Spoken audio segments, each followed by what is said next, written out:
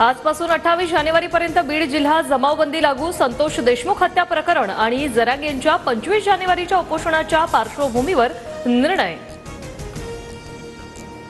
देशात आतापर्यंत अनेक गृहमंत्री झाले पण तडीपार गृहमंत्री झाला नाही. अमित शहांनी केलेल्या टीकेला शरद पवारांकडून प्रत्युत्तर. शहांनी सहकार्यासाठी बाळासाहेबांचा आसरा घेतल्याची ही टीका. तुम्ही जुन्या प्रकरणांवर बोलत असाल तर आम्हालाही लवासाची फाईल उघडावी लागेल. पवारांनी शहांवर केलेल्या टीकेनंतर आशिष शेलार यांचा इशारा. सुरेशच्या कांदिवलीतील कार्यालयावर गुन्हे शाखेचे छापे. नव्या बाबी समोर येण्याची शक्यता. मुंबईतील सर्व कार्यालयातून साधारण 9 कोटींहून अधिक मुद्देमाल जप्त. नाशिकमध्ये नायलॉन मांजाने एकाचा बळी. 23 वर्षीय तरुणाचा रुग्णालयात उपचारादरम्यान मृत्यू.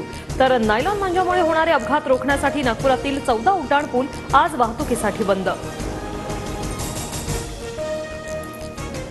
एसटी कर्मचाऱ्यांसाठी प्रत्येक जिल्ह्यात 25 खाटांचं तर बोरिवलीत 100 खाटांचं रुग्णालय उभारणार.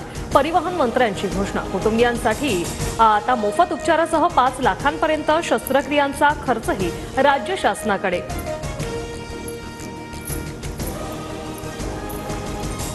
महाकुंभच्या पहिल्या दिवशी 1.5 कोटी भाविकांकडून गंगा आणि संगमात पवित्र महास्नान. मुख्यमंत्री योगी आदित्यनाथ यांच्याकडून ट्विट करत शुभेच्छा.